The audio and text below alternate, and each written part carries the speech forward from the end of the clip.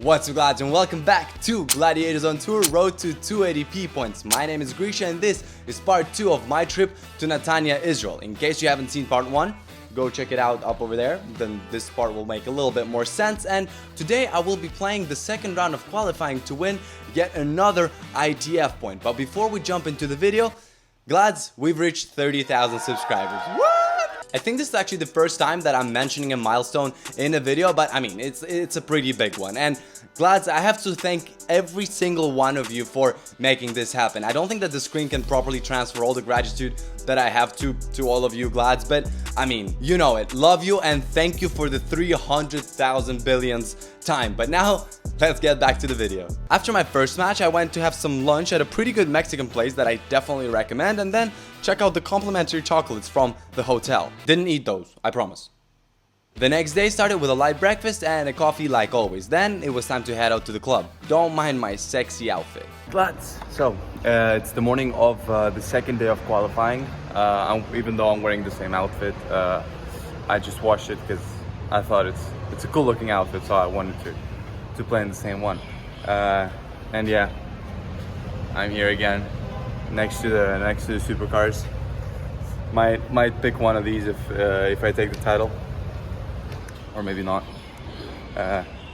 Maybe I might be just slightly short on cash after I win the tournament and get all the tax deduction and pay for the hotel. But still, you know, it's always nice to dream big. Always dream big.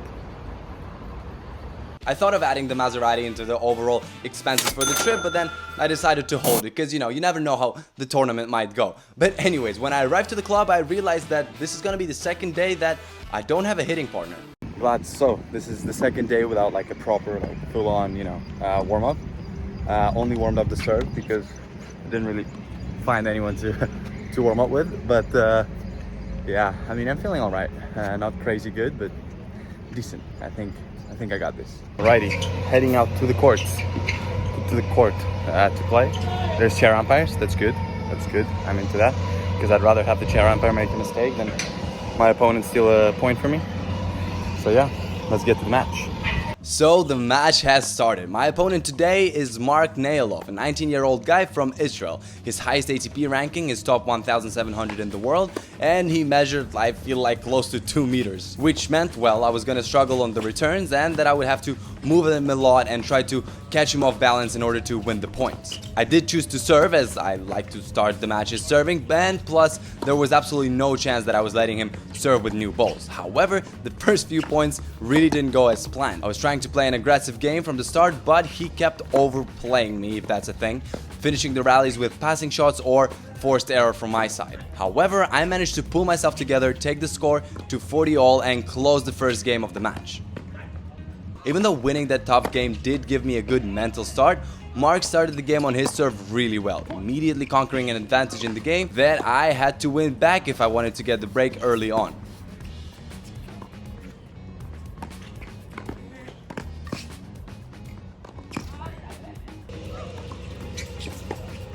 I managed to recover further on, or I should probably say counter-attack, as the game was on his serve, got slightly lucky at some point and managed to close the early break that I was going for.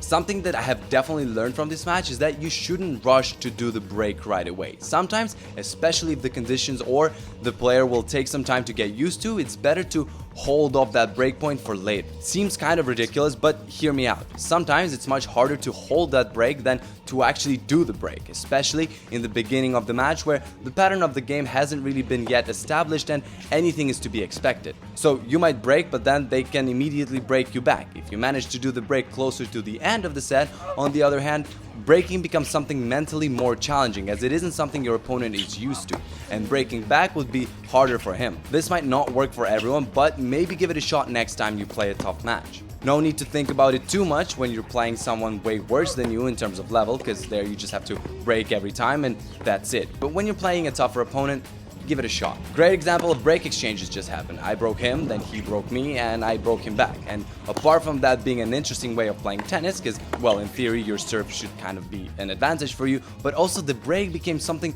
completely normal, and it's almost like you don't even consider it an advantage or disadvantage.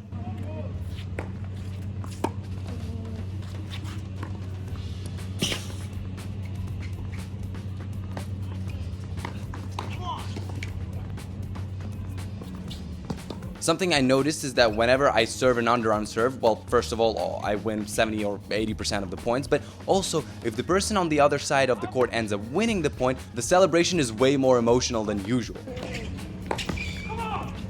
Some people think that I use the underarm serve to intimidate the opponent or make them feel inferior, but man, that's definitely not true. Okay, I must admit that mental games are definitely going on when I'm doing an underarm serve, but I mean, if something is working and giving you the points, why should you stop doing it? I definitely don't do it to disrespect anyone, but let me know in the comments below if you think that this is a lack of respect or if it's a weapon. And that was a really sexy slice at a really crucial moment, I must add. But then I lose the game with a double fault, and that was like a pretty long game with several advantages, and it was a tight one. Talking about double faults, have a wild guess of how many I've done in this match. 3? 4? How about freaking 6? Yeah, crazy. I must say that my serve was definitely hurting me, and he on the other hand didn't do a single double fault. What is this? He wasn't really acing me either, but still. Anyways, at this point it's 3-2 up, and I'm not feeling too comfortable on the court. My bad serve had a lot to do with my lack of confidence, but my opponent was also doing his best to let me know that he's not gonna give it to me easily. Taking a notable advantage in this game on his serve and then managing to close it and coming back with a very solid overhead. I was serving once again, and I knew that I just couldn't let him win so many games in a row. Plus, it would be an advantage break for him, so taking this game was an absolute must. Gotta say, this point did not help, as I had to round around the entire court, and then the point ended up landing on his side of the scoreboard with a very impressive smash. I was trying my best to get back in the game, as I could totally feel him overpowering me, even though it was only happening because I was letting him do that, as my usual pace, the one that I'm used to playing at, wouldn't allow him to play so aggressively. However, I just wasn't managing to figure it out and ended up giving him that break. This game, I must admit, he played really well, serving very precisely and making the right decisions when choosing to go to the net, plus making no unforced errors when already at the net, which I must say was definitely putting pressure on my game. But we all know that the hope is the thing that dies last, so when my turn to serve came, I served a few really good unreturnables and sealed the game with an underarm point. Now I just had to break him back and I'm back in the game. Important game ahead, but he did a really good job at defending his serve and taking the right shots, which can be said about me, and took the first set well deserved. Starting the second set from the right foot is always really important. It often happens that the first game of the second set sets the pace for the rest of the set. I knew just how important it was to win it, but things just weren't going my way.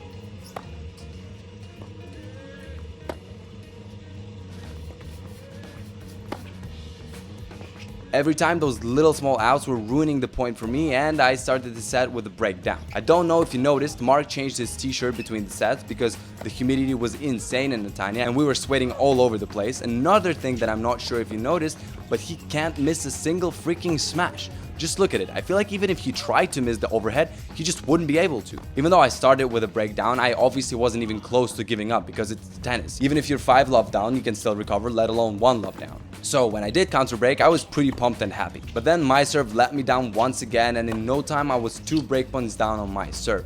Decided to serve underarm and failed miserably, and those smashes are starting to get really annoying. So there's 2 ways of acting when you're in a forced position while your opponent is at the net. What most coaches teach is to play a safe ball and let him do the mistake, hoping that that is what's gonna happen. And honestly, until a certain level, it really works, and people usually miss the ball at the net. Though when you start to improve, playing a safe ball will cost you a point 9 out of 10 times, as most players somewhat know how to deal with the web. So I usually go for the second option, and that is to go for an insanely risky, stupid and strong passing shot. So I slipped here, and you might be like, oh my god, Grisha, you keep recommending these Lacoste shoes, but you just fell on the court. But guys, those shoes were literally used up to a point where they had a hole inside the sole. So it's not really the shoe's fault, but rather my fault. So yes, the Lacoste AGLTs 23 Ultras are still definitely a recommendation from me. The link is in the description, together with our exclusive discount code. Remember, things aren't looking great. Every game comes down to advantages, but it always ends the same way, adding a 1 in my opponent's favor. Either way, as you can tell, the same pattern continued, and although the games were quite tight, I just wasn't managing to find a way to push them over to my side, and his aggressive game was getting better and better, and the smashes just weren't ever failing him.